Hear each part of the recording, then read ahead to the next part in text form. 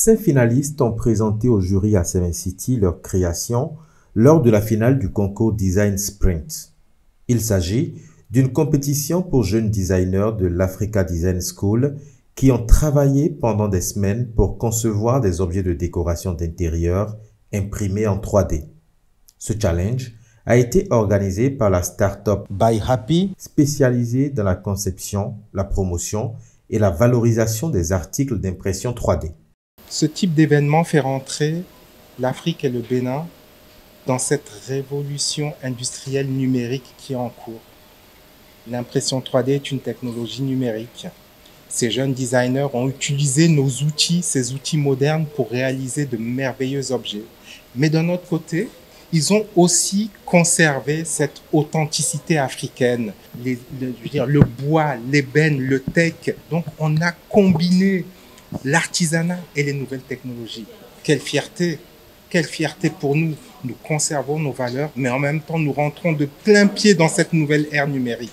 L'impression 3D au service de la décoration. De l'idée au produit, il n'y a qu'un pas. C'est le thème autour duquel les jeunes designers ont réfléchi. À l'arrivée, le groupe Meraki a convaincu les membres du jury. On a vu le travail, on a vu l'avancée.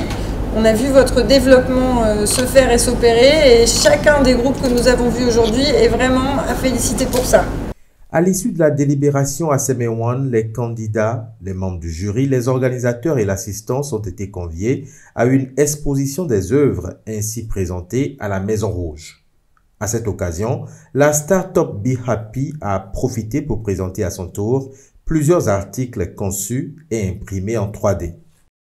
Nous, on prône l'innovation et on pense que l'innovation peut être un vecteur pour aider justement nos talents à mieux s'exprimer et à montrer un peu tout leur potentiel et montrer aussi que localement, nous aussi, on sait produire des choses. Vraiment, j'ai été très agréablement surprise par la qualité des travaux fournis, tant par la recherche que par les solutions proposées. Donc on était sur la durabilité, on était sur l'originalité, on était aussi sur le respect de l'histoire, de la culture et du patrimoine africain. Je suis plutôt contente. Ils ont bien travaillé et chaque équipe L'Oréal avait un logo. Donc ils ont dû en fait se créer une identité graphique.